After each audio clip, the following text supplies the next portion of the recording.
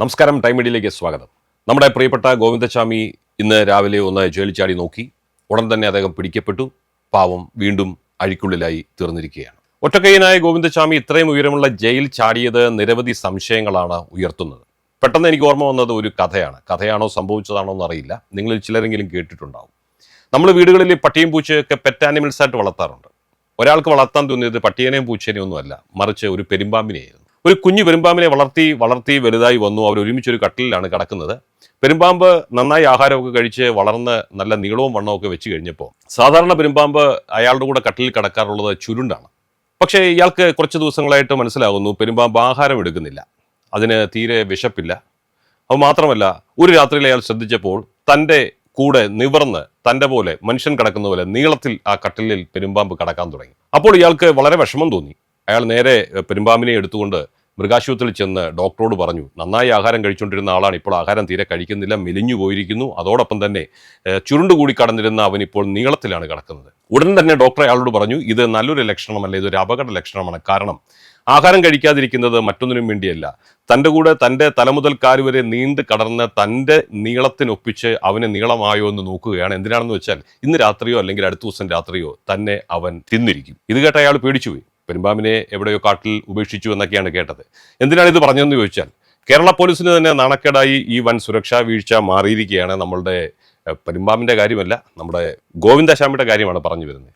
ഇത്രയും സുരക്ഷാ സംവിധാനങ്ങളുള്ള കണ്ണൂർ സെൻട്രൽ ജയിലിൽ നിന്ന് ഒരാൾക്ക് തനിയെ ചാടാൻ കഴിയില്ലെന്നും പുറത്തുനിന്ന് സഹായം ലഭിച്ചെന്നും അധികൃതർ തന്നെ സംശയിക്കുന്നുണ്ട്.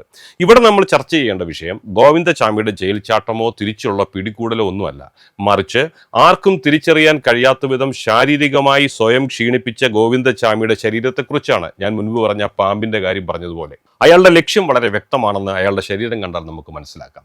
ഞാനൊന്ന് നിങ്ങളോട് ചോദിക്കട്ടെ, നിങ്ങളൊന്ന് ഓർത്തു നോക്കൂ. കുറ്റവാളിയായി ജയിലിൽ പോയാൽ കുറച്ച് നാളുകൾക്ക് ശേഷം ഗോവിന്ദചാമിയെ പോലെ തടിച്ചു കൊഴുത്ത് ഗ്ലാമർ ആകാമെന്ന് പറഞ്ഞു കേൾക്കാത്ത ഒരു മലയാളി പോലും നമ്മുടെ ഇടയിൽ ഉണ്ടാവില്ല. കാരണം കുറ്റവാളിയായി ഗോവിന്ദചാമി പിടിക്കപ്പെടുമ്പോൾ കാഴ്ചയ്ക്ക് യാതൊരു പ്രത്യേകതയും സൗന്ദര്യവും തോന്നാത്ത വെറും സാധാരണക്കാരനായ ഒരു വ്യക്തിയായിരുന്നു നമ്മുടെ ഗോവിന്ദചാമി.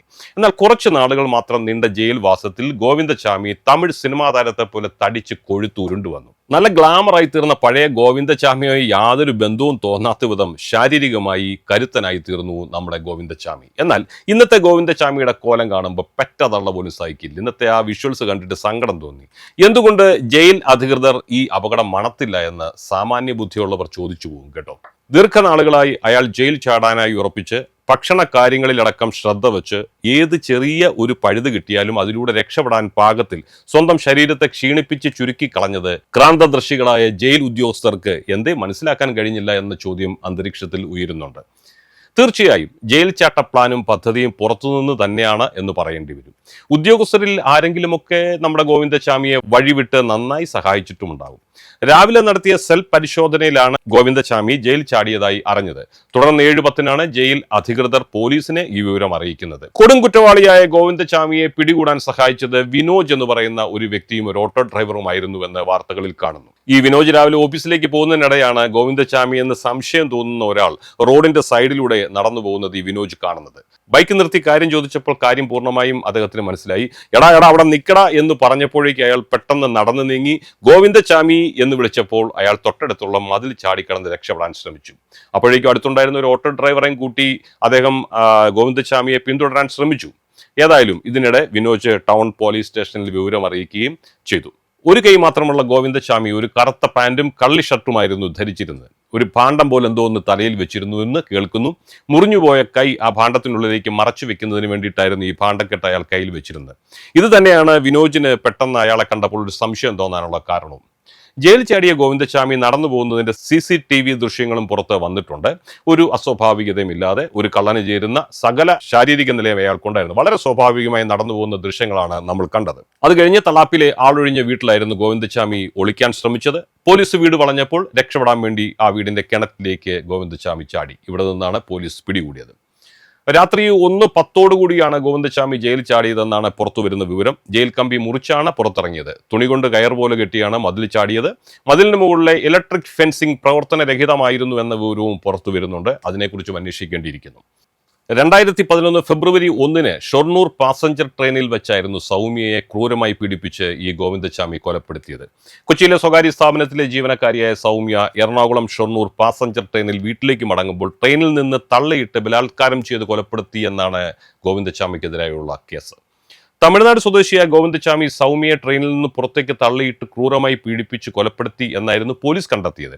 ആക്രമണത്തിൽ ഗുരുതരമായി പരിക്കേറ്റ സൗമ്യ ഫെബ്രുവരി 6 തൃശൂർ മെഡിക്കൽ കോളേജിൽ വെച്ചാണ് മരണത്തിന് കീഴടങ്ങിയത്. ഈ കേസിൽ ഗോവിന്ദച്ചാമിക്ക് വധശിക്ഷ ലഭിച്ചുവെങ്കിലും പിന്നീട് ഗോവിന്ദച്ചാമിയുടെ ശിക്ഷ ജീവപര്യന്തമായി കുറയ്ക്കുകയായിരുന്നു. അതിനൊരു കാരണമുണ്ടായി.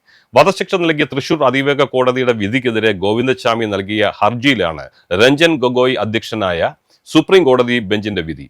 ഒറ്റക്കയ്യനായ ഗോവിന്ദച്ചാമിക്ക് ഒരു പെൺകുട്ടിയെ ഓടുന്ന ട്രെയിനിൽ നിന്ന് തള്ളിയിടാൻ സാധിക്കുമോ എന്ന് വാദത്തിനിടെ കോടതി ഒരു സംശയം പ്രകടിപ്പിച്ചിരുന്നു. എന്നാൽ പുറത്തുനിന്ന് ചില കൈകൾ സഹായിക്കാൻ എത്തിയാൽ ഇരു കൈകളും ഇല്ലെങ്കിലും ഗോവിന്ദച്ചാമിമാർക്ക് ഏത് ജയിലും ചാടാമെന്ന് ഈ സംഭവം നമ്മളോട് വിളിച്ചു പറയുകയാണ്. ഇനി കുറച്ചു നാളത്തേക്ക് നമ്മുടെ ഗോവിന്ദച്ചാമിയുടെ ആരോഗ്യത്തിൽ ജയിൽ അധികൃതരും സർക്കാരും വലിയ ശ്രദ്ധ കൊടുത്ത് ക്ഷീണമൊക്കെ മാറ്റി ഏതാനും ആഴ്ചകൾ കൊണ്ട് മിടുമിടുക്കനാക്കുമെന്ന് നമുക്ക് എല്ലാവർക്കും പ്രതീക്ഷിക്കാം. ആഹാരം വേണ്ടെന്ന് പറയുന്ന സകല തടവുകാരെയും സ്നേഹപൂർവ്വം വാരിക്കൊടുത്ത് മാമമൂട്ടി പോഷിപ്പിക്കണം പ്രിയപ്പെട്ട ജയിൽ അധികൃതരെ. നമ്പർ 1 കേരളത്തിലെ ജയിലിലുള്ള ഒരു തടവുകാരനും ശാരീരികമായി ക്ഷീണിക്കാൻ അനുവദിക്കരുതേ എന്ന അപേക്ഷയോടെ ഞങ്ങൾ നിർത്തട്ടെ. നന്ദി.